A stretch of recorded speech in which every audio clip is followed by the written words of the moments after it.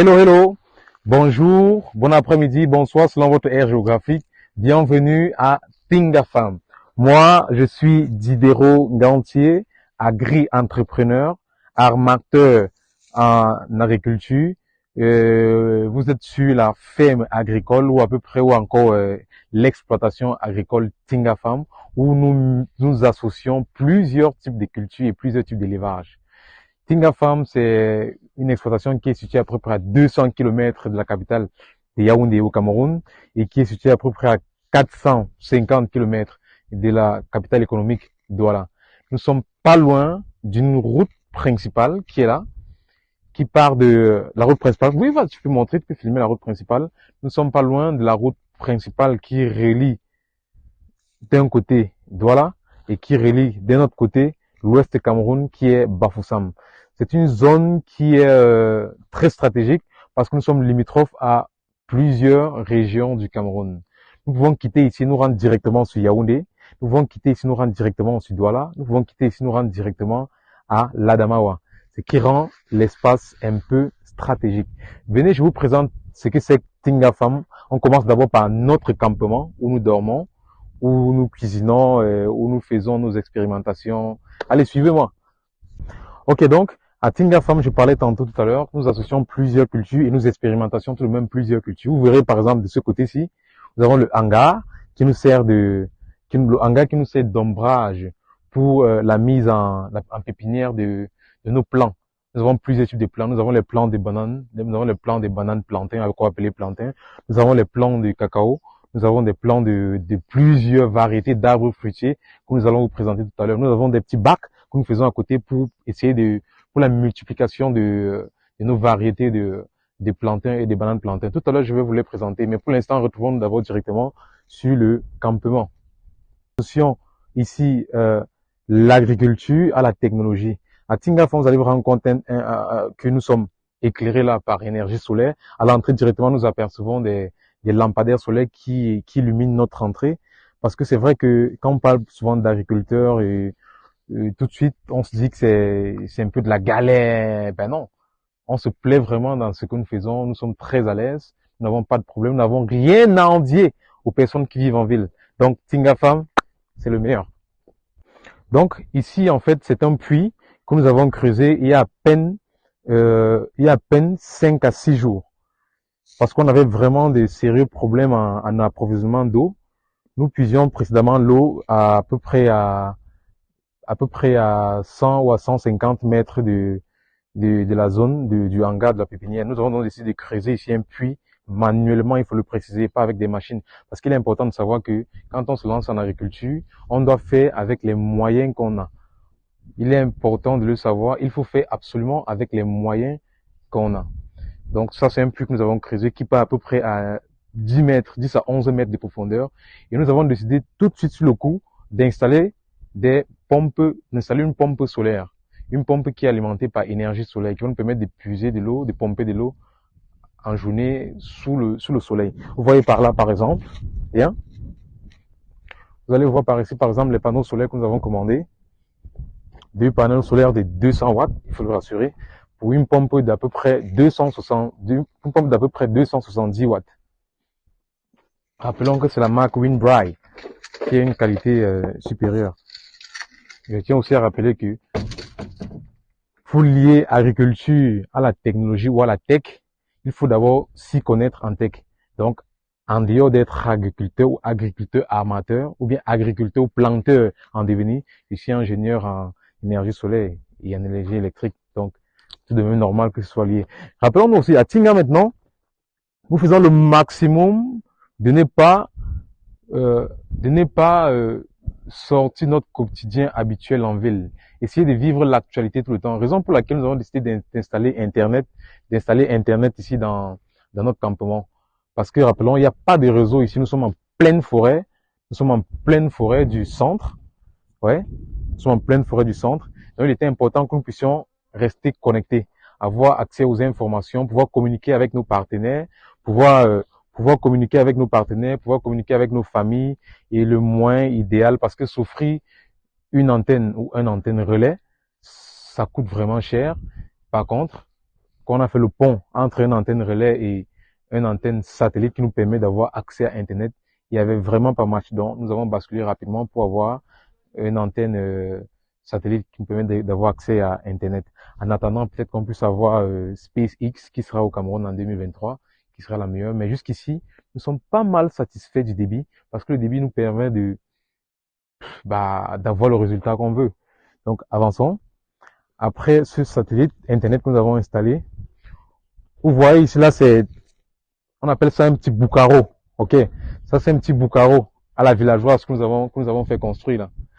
Ça c'est là où nous faisons nos réunions. Ici nous faisons nos réunions. Ici nous déjeunons. Ici il nous arrive parfois de s'asseoir, taper nos commentaires, prendre une ou deux bières. C'est ici. Donc c'est un peu un air de repos pour nous. Et du coup ça nous remplace des petits bars ou les boîtes de nuit où on aurait pu dépenser beaucoup de centaines de mille. Ok, super. Donc vous voyez là ce sont les chambres du campement. Ça sont les chambres du campement entièrement. Nous avons des chambres, nous avons des magasins, nous avons des bureaux. Vous voyez, un côté de ces chambres, toutes ces chambres sont faites en matière provisoire, en planche. Rassurez-vous, nous n'avons acheté aucune planche. Nous avons juste acheté des pointes. Nous avons pris un menuisier. Et toutes ces planches ont été extraites de la forêt. Vous voyez un tout petit peu. C'est pour ça que je disais tout à l'heure, il est important de faire avec ce qu'on a. C'est pas toujours obligé qu'on aille, je pas, acheter ou chercher du sable, du ciment ici et ça. Pourtant, on a du bois sur place. Parce qu'au début, le lancement, rappelons, le lancement coûte très cher. Parce que vous achetez un peu de tout.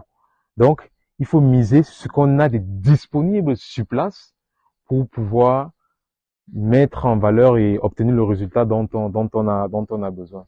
Vous verrez par exemple là, nous avons une antenne sans publicité bien sûr, une antenne CanalSat qui nous permet de regarder nos matchs des Champions League, qui nous permet de regarder toutes les télévisions que nous avons besoin de regarder et ne rien envier à ceux qui sont en ville.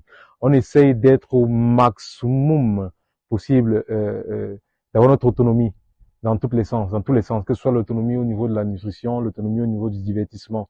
Donc c'est un peu ça. Et vous verrez par exemple sur le mur sur le mur d'une de nos pièces, nous avons une caméra PTZ, oui, une caméra PTZ qui est alimentée par énergie solaire. La caméra nous permet de visualiser H24 les mouvements dans la cour quand nous sommes sur l'exploitation ou nous sommes hors de l'exploitation ou nous sommes même hors du Cameroun. Ça permet de connaître exactement qui entre au campement, qui n'entre pas. Ça permet aussi d'identifier ceux qui entrent et ceux qui sortent. Donc, c'est un peu ça. Et ces caméras sont un peu installées un peu de partout. Nous avons d'autres en hauteur, nous avons d'autres un peu plus bas au sol, nous avons d'autres dans des magasins, et ainsi de suite. Donc, c'est pour ça que je disais tantôt, Tinga Farm, c'est un projet à très long terme qui allie agriculture et la tech. Donc là, tout de suite, je vous amène visiter un tout petit peu le hangar que nous avons construit pour abriter notre pépinière. Suivez-moi. Et en parlant de Tinga Farm, n'oublions pas que nous faisons aussi un tout petit peu, nous expérimentons l'élevage ici. Plusieurs bêtes, plusieurs types d'espèces d'animaux. Donc là, maintenant, nous avons des chèvres, nous avons quelques espèces de moutons, nous avons des espèces d'oies, nous avons des espèces de canards, nous avons des espèces de poules ici et ça. Mais là, ça nous permet de soit consommer aussi, expérimenter, et pourquoi pas à l'avenir essayer d'extendre, pour pouvoir les commercialiser. Là, par exemple, vous avez rendu compte, ce sont les crottins de chèvres et de moutons. Donc, ce sont les crottins de chèvres et des moutons. Nous recueillons ça pour pouvoir les mélanger avec la terre et pour pouvoir les ensacher et l'utiliser pour pouvoir les ensacher et essayer de nourrir nos plants avec. Donc, en principe, ça rentre dans notre idée d'autosuffisance, que ce soit en engrais bio, comme vous le trouvez là, que ce soit en nutrition, que ce soit en divertissement. Ok, donc bienvenue par contre ici dans notre pépinière.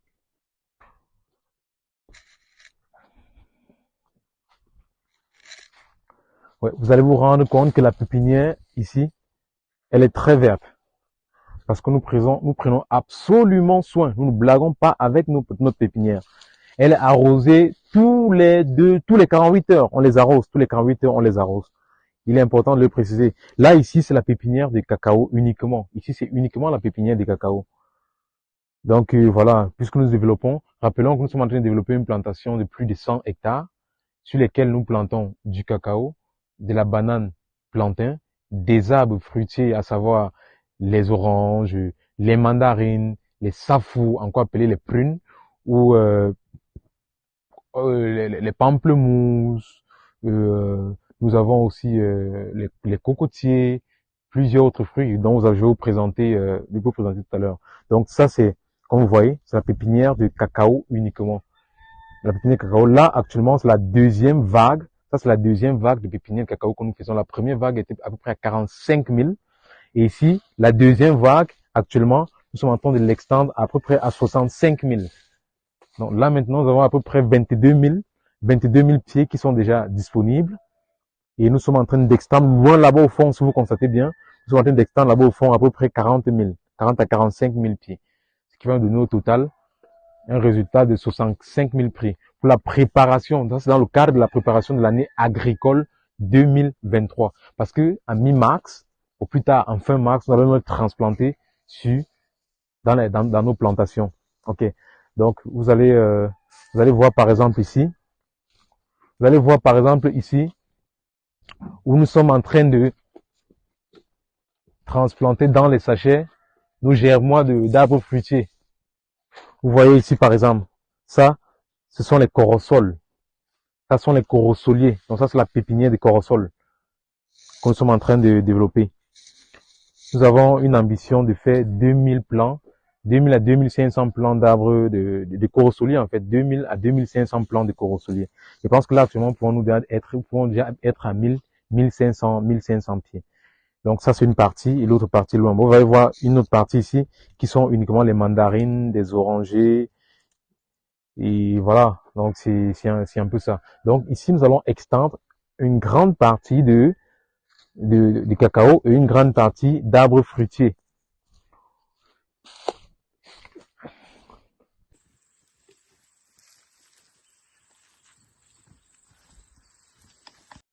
Ok. Donc de ce côté, comme je disais, c'est la pépinière des cacao, 65 000 pieds de cacao que nous voulons extendre pour pouvoir transplanter au sol en mi-mars 2023, dans cette année. Et de ce côté, juste derrière moi là, nous avons des bacs où nous faisons la multiplication des plantains par la méthode PIF. Ici. Nous faisons la multiplication des plantains par la méthode PIF.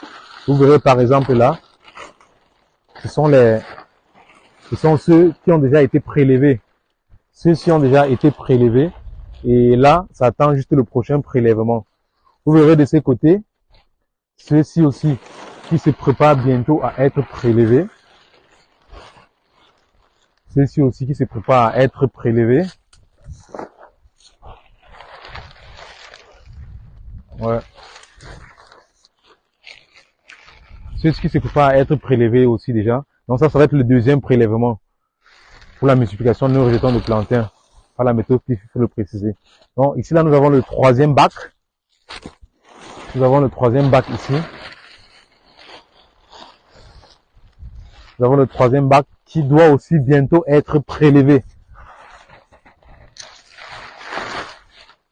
Voilà.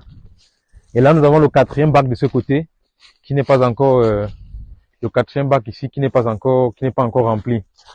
On n'a pas encore fini avec le quatrième bac parce que nous attendons la livraison des rejetons des plantains par nos fournisseurs. Donc là, c'est une partie que nous avons mis en sachet pour pouvoir les transplanter dans à peu près 2 mois. Donc voilà. Par la méthode PIF, il faut le préciser. Tout de suite, je vais vous amener où nous allons faire, nous préparons la pépinière des arbres fruitiers spécifiquement. Donc, on va descendre. Par contre, ceux-là sont posés au marécage. On y va. Là, nous sommes en train de descendre au marécage où nous avons lancé la pépinière des arbres fruitiers. Mais avant d'arriver au marécage, nous traversons d'abord cette source aussi. Je vais vous présenter cette source. Cette source, en fait, c'est une source naturelle. Intarissable, il faut le préciser. C'est une source naturelle intarissable. C'est même la raison pour laquelle nous avons construit le campement ici, dans cette savane. Parce que la source était à peu près à 100 mètres, ou à, on peut dire 70 mètres de du campement, de cette savane-là. Donc c'est grâce à cette source que nous avons construit le campement ici, à quelques pas d'elle. Parce que cette source ne tarit jamais et je vous assure, je peux pas vous certifier que la source est potable, mais elle est hyper propre. Elle est hyper propre. Elle est hyper propre. Et voilà, c'est une manne, ça coule dans les pierres. Donc quand nous recueillons, c'est cette eau que nous consommons, rappelons-le. Quand nous recueillons cette eau, nous mettons dans notre filtre à eau et voilà, et nous buvons. Elle est inodore, elle est incolore, elle est sans saveur. C'est magnifique. Mais par contre, je sais c'est une autre forêt, elle doit avoir un tout petit peu de microbes. C'est vrai que c'est important de faire attention. Raison pour laquelle nous avons installé un filtre qui nous a, qui nous a été, qui a été acheté par notre partenaire, ouais, Sarah, depuis Canada. Et voilà, en passant, on lui fait un coucou. Et c'est cette source voilà, qui essaie de contribuer à notre bien-être un tout petit peu. Donc, continuons toujours sur le chemin de la pépinière des arbres fruitiers. Nous avons mis ici en germination des, des plants d'avocatier. Nous utilisons des noyaux d'avocat pour pouvoir voir les plants d'avocatier. Nous avons mis tout ça en germination. À peu près 1000 à 1500 plants que nous avons mis ici en germination. Vous verrez par exemple là, ça c'est un noyau d'avocat. Vous voyez, on n'a pas encore commencé à pousser, à germer, mais nous savons que ça doit germer. Nous le faisons de façon naturelle. Pas besoin de mettre des accélérateurs de, des accélérateurs qui vont permettre que la germination aille un peu plus vite. Nous le faisons vraiment de façon naturelle. Nous ne voulons pas avoir des produits modifiés. Voilà, de façon très naturelle. Donc, d'ici un mois et demi, nous allons voir les premiers gemmes commencer à sortir. Et à peu près 2 mois après, on va les retransplanter dans des sachets pour attendre encore à peu près un mois et demi, 2 mois, et les remettre directement dans le sol. Donc, continuons.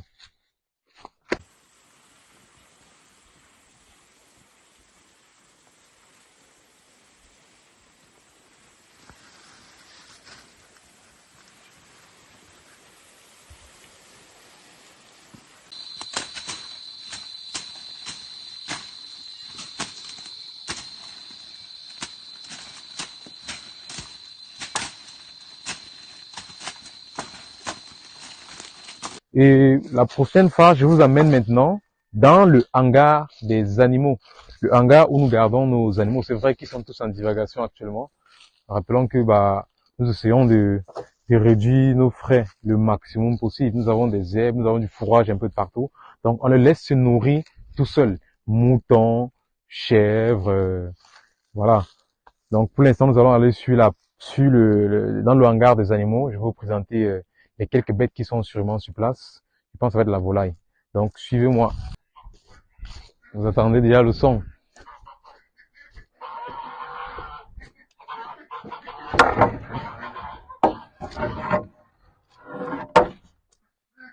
Bienvenue chez les animaux de Tinga Farm. Ok, en fait, comme je disais tantôt, les animaux sont tous en divagation, ils sont tous sortis, ils sont pas là. Mais papa est arrivé et personne n'est là. Voilà. Donc voilà, vous allez voir juste, il y a quelques oies. On a enfermé les oies exactement. Ceux qui sont là en cage sont enfermés parce qu'ils sont très nuisibles. Ils découpent les arbres, ils découpent les plants qui sont en pépinière. Donc du coup, on a décidé de les garder en cage. Là, il s'agit d'un triplet de deux femelles, un mâle, je pense bien. Vous voyez, donc de ce côté-ci, en fait, ce sont les moutons qui restent de ce côté. Et de ce côté-là, là-bas, ce quartier-là, en principe, c'est le quartier des chèvres. Ce sont les chèvres qui restent dans ce quartier par ici. Voilà.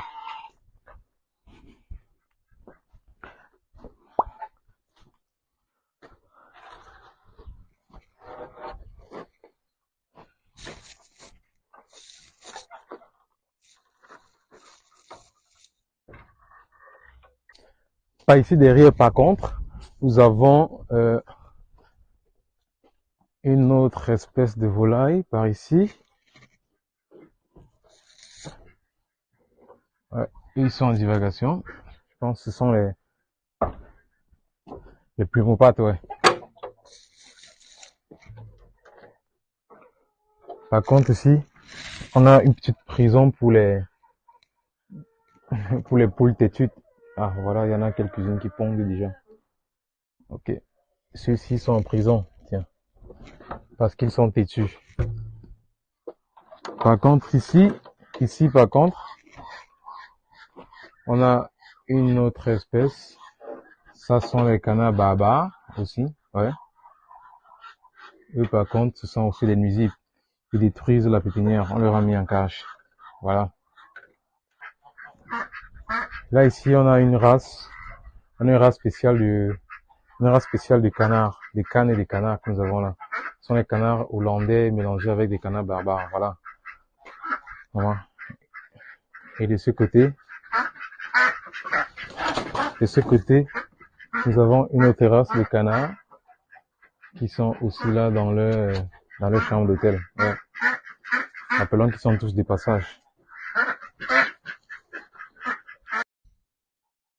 Ok, après avoir parcouru tout le campement de Tinga Farm et après avoir fait le tour de toutes nos pépinières, ok, nous allons tout de suite aller sur l'espace qui est réservé pour la culture du maïs.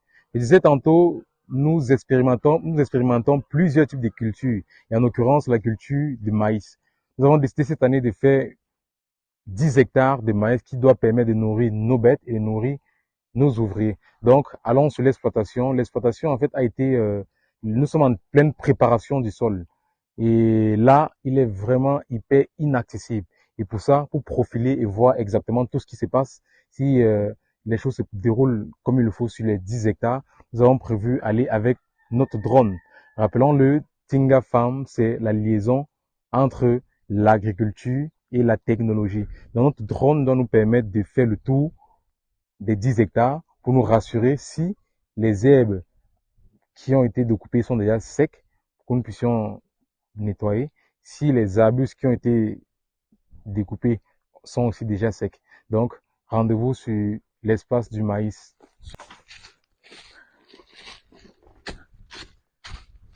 Ouh! Là, nous arrivons sur la parcelle réservée pour la culture du maïs, 10 hectares. Donc là, nous sommes sur la parcelle de la culture du maïs, 10 hectares. Tout à l'heure, on doit profiler avec le drone. Vous allez voir exactement la superficie et voir à quel niveau nous étions déjà avec eux, avec les travaux. Donc, on a pris le temps de d'abord défricher. Après le défrichement, on a battu les arbres. On a pris du temps pour abattre, autant pour moi, les arbres.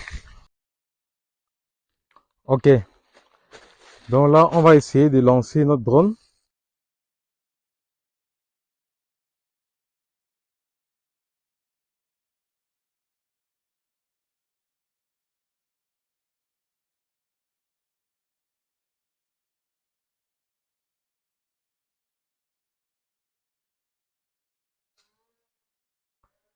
On constate que l'espace n'est pas mal séché et qu'il peut bien être temps de passer à la prochaine étape, le nettoyage complet. Ok, derrière moi, vous voyez une savane qui a été nettoyée et sur laquelle nous avons fait des poquets et des bions. En fait, l'espace était réservé pour la culture du manioc.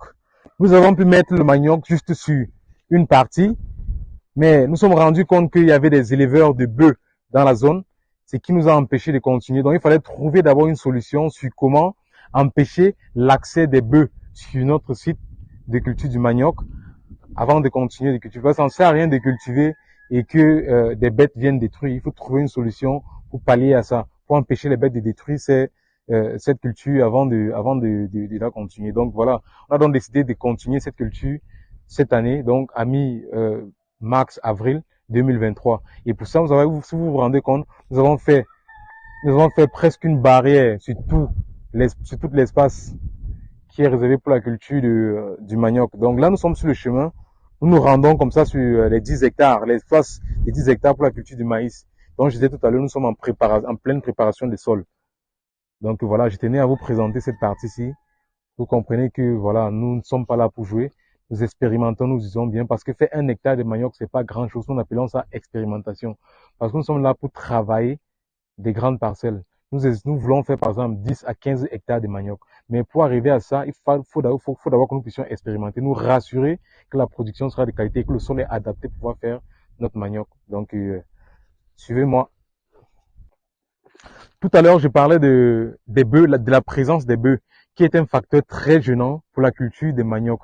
Parce que comme je disais, nous avons expérimenté, nous voulions expérimenter 1 hectare de manioc. Malheureusement, nous avons fait presque le 1 quart. Et juste le 1 quart que nous avons fait, les bœufs ont commencé à consommer avant nous. Donc voilà, dès que ça pousse, 2, 3 mois après, les bœufs se mettent à détruire. Et pour ça, il fallait qu'on trouve d'abord une solution pour sécuriser la parcelle. D'où nous avons fait cette barrière. Donc quand je parlais des bœufs, vous verrez par exemple là, les crottins de bœufs. Vous verrez là les crottins de bœufs, donc les cacas de bœufs, qui viennent sur la parcelle. C'est vrai que les cacas sont très nutritifs pour le sol, mais ils, ils nous font beaucoup de peine pour nous laisser aussi peu de crottins. Donc voilà, il était important qu'on arrête d'abord pour pouvoir sécuriser l'espace et les empêcher d'accéder à la parcelle afin de continuer la culture du manioc. Ouais, c'est ça en fait Tinga. Donc voilà un tout petit peu tout ce que c'est que Tinga Farm.